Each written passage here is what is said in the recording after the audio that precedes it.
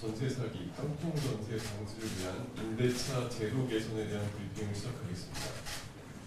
법무부, 국토부 합동 주택 임대차 제도 개선 TF의 공동 팀장이신 국토부 김효정 주택정책관께서 추진 배경에 대해 말씀해 주시고, 이어 법무부 정재민 법무심의관께서 주요 내용 등에 대해 브리핑을 하겠습니다. 안녕하십니까.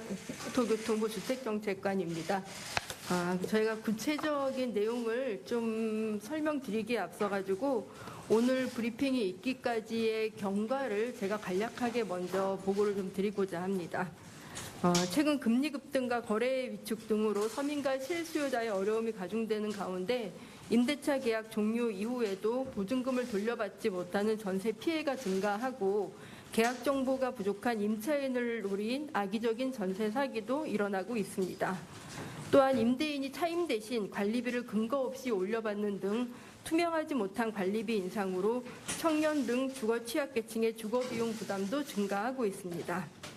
이에 관계부처 합동으로 지난 9월 1일 전세 사기 피해 방지 방안을 마련하였고 10월 24일에는 관리비 투명화를 위한 개선 방안을 마련하여 발표한 바가 있습니다. 이후 국토교통부와 법무부 합동으로 구성되어 있는 임대차 제도 개선 TF에서 구체적인 후속 조치를 마련하여 오늘 발표를 하게 되었습니다. 앞으로 국토부와 법무부는 관련 법령의 조속한 개정을 위해 공동 노력할 계획이며 임차인 보호 및 주거 안정을 위한 제도 개선도 지속적으로 추진할 예정입니다. 구체적인 내용은 법무심의관께서 보고드리도록 하겠습니다. 법무부 법무심의관입니다. 먼저 오늘 입법 예고하는 주택임대차보호법 개정안에 신설할 임차인을 위한 두 가지 권리에 대해서 먼저 말씀드리겠습니다. 깡통전세나 전세 사기 등의 피해가 발생하는 주요 원인은 임차인이 계약을 체결하기 전에는 자신의 임차보증금보다 선순위인 채권의 존재를 알기 어렵다는 것입니다. 그리고 이미 계약을 체결하고 난 뒤에는 뒤늦게 선순위 채권의 존재를 알아도 손해를 온전히 회피하기가 어렵습니다.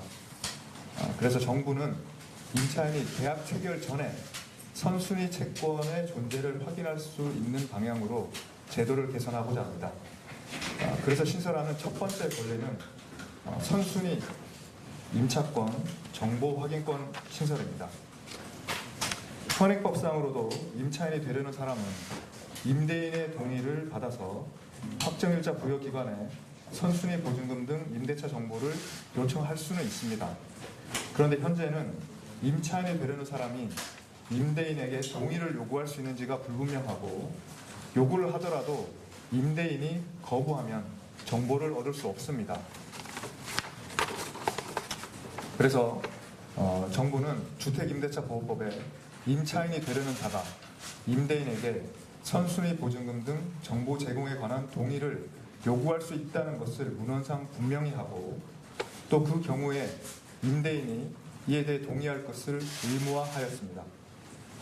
임대차 정보는 이를 통해서 알 수 있는 임대차 정보라는 것은 보증금의 액수나 또 확정일자 부여일 이런 건데요. 이것은 특히 다가구 주택의 경우에 법적으로 하나의 소유권으로 취급되기 때문에 모든 가구가 함께 경매의 대상이 됩니다. 그래서 다가구 주택에 특별히 더 의미가 있습니다. 저희가 신설하는 두 번째 권리에 대해서 말씀드리겠습니다.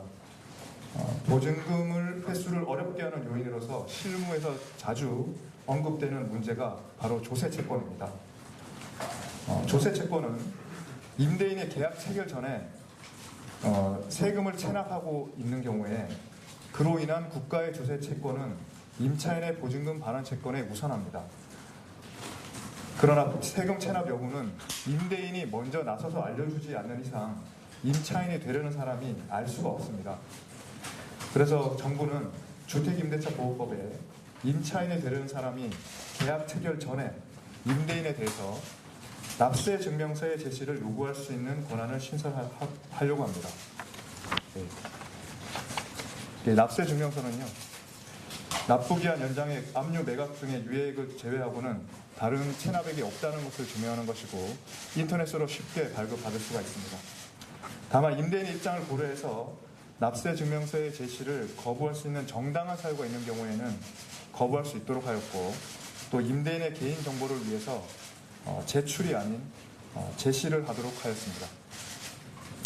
납세 증명서는 원칙적으로 요구받은 날 이후에 발급되어야 하는 것이지만 당사자의 편의를 위해서 당사자가 동의를 하면 그 이전에 발급된 납세 증명서도 무방하도록 하였습니다. 또 임대인이 납세 증명서를 제시할 수 없거나 제시하려 하지 않는 경우에는 임차인이 되려는 사람이 직접 과세관청에 체납 사실을 확인할 수 있도록 국세기본법 109조의 동의를 함으로써 제시 의무를 가늠할 수 있도록 하였습니다.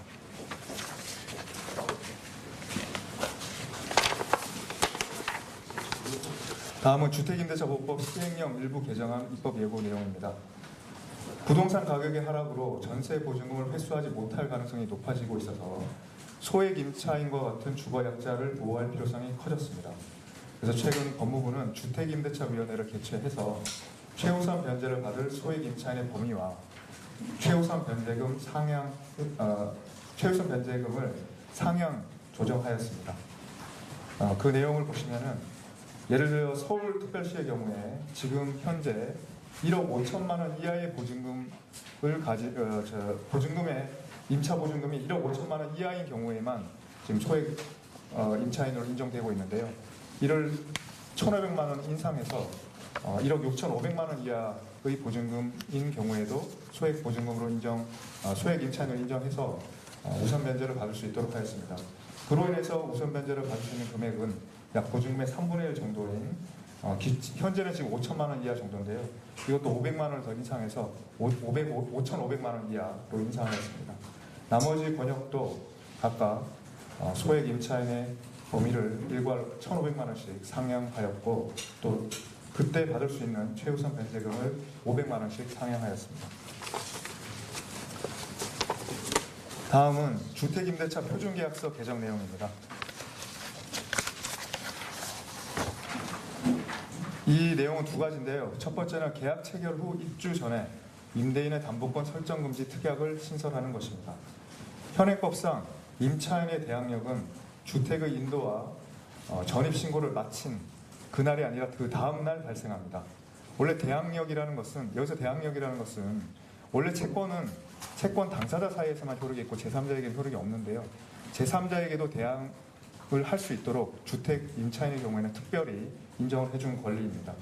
그러니까 이 대항력은 전입신고를 한 다음 날 발생하는데, 이것을 악용해서 일부 임대인이 계약 직후부터 전입신고 한 날 사이에 보증금을 받고서도 저당권을 은행에서 돈을 빌리고 또 다른 사람으로부터 돈을 빌리고 저당권을 설정해 줄 수도 있습니다. 그러니까 이 경우에는 그 저당권이 임차보증금보다 우선하기 때문에 임차인으로서는 보증금을 회수받지 못하는 위험을 안게 됩니다. 그래서 저희는 주택임대차 표준계약서를 개정해서 임차인이 전입신고를 하기로 한 다음 날까지 임대인이 저당권 등 담보권을 설정할 수 없다는 조항과 그 위반 시에 임대인에게 해지권과 손해배상 청구권이 인정된다는 점을 명시한 특약사항을 여기에 추가를 하였습니다. 그 다음은 관리비 항목도 신설하였습니다. 임대차 계약 체결 시에 관리비에 대한 정확한 합의가 이루어지지 않아서 임대인이 계약 기간 중에 임의로 관리비를 증액하는 경우가 발생하고, 또 이로 인한 관리비 분쟁이 증가하고 있습니다. 그래서 저희는 여기 보시다시피 주택임대차 표준계약서에 관리비란을 신설하였습니다. 기존에는 보증금과 차임에 대해서만 주로 항목이 있었는데요. 이번에 이제 관리비 항목을 따로 신설해서 미래 관리비에 대해서 계약 체결 전에 서로 당사자들이 협의하고 액수나 그 산정 방식을 정하도록 하였습니다. 마지막으로 집합건물의 소유 및 관리에 관한 법률, 국회 논의를 적극 지원한다는 내용입니다. 지금 청년, 신혼부부 등 주거약자가 많이 거주하는 원룸, 오피스텔 등의 경우에 차임 대신 관리비를 객관적 근거 없이 계약 기간 중에 임의로 올리는 사례가 증가하고 있습니다. 관리비를 근거 없이 청구할 수 없도록 하기 위해서 권유 부분 50개 이상의 집합건물 관리인은 관리비 등을 포함한 장부를 작성하도록 하고, 또 관리비에 대해서는 증빙 자료를 보관하는 그런 의무를 신설하는 내용입니다. 또 법무부가 향후 표준 규약을 마련할 경우에는 관리비 세부 항목도 명시하고자 합니다. 이런 내용을 포함한 집합 건물의 소유 및 관리에 관한 법률 개정안을 저희 법무부가 2021년 3월에 이미 국회에 제출한 바 있습니다. 법안의 조속한 통과를 위해서 추가적으로 노력을 하겠습니다. 기대 효과를 말씀드리겠습니다. 주택임대차보호법 개정안이 통과되면 임대차 계약을 체결하려는 사람은 계약 전에 자기보다 먼저 보증금을 받게 될 선순위 임차인의 정보, 선순위 채권의 정보를 확인할 수 있어서 전세 피해를 예방할 수 있습니다.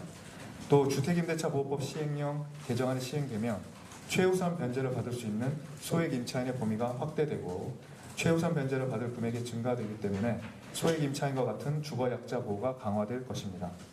주택임대차 표준계약서의 관리비 항목을 명시하고 계약 체결 이후에 입주 전 임대인의 담보권 설정금지 특약을 신설함에 따라 관리비 관련 분쟁을 예방하고 임차인의 안정적 보증금 회수에 기여할 것으로 기대됩니다. 향후 계획입니다. 입법 예고 기간 동안에 각계각층의 의견을 수렴해서 임대차 보호법과 시행령의 최종안을 확정한 뒤에 법제처 심사, 차관회의 국무회의를 거쳐서 내년 초에 법률안을 국회에 제출하고 시행령안은 공포 시행하겠습니다. 이후에 주택임대차보호법과 집합건물법이 신속히 국회를 통과할 수 있도록 노력하겠습니다. 법무부와 국토교통부는 임차인의 주거 안정을 위해서 꾸준히 국민의 의견을 경청하면서 주택임대차 제도 개선과 관련 법제 정비에 힘쓰도록 하겠습니다. 이상입니다.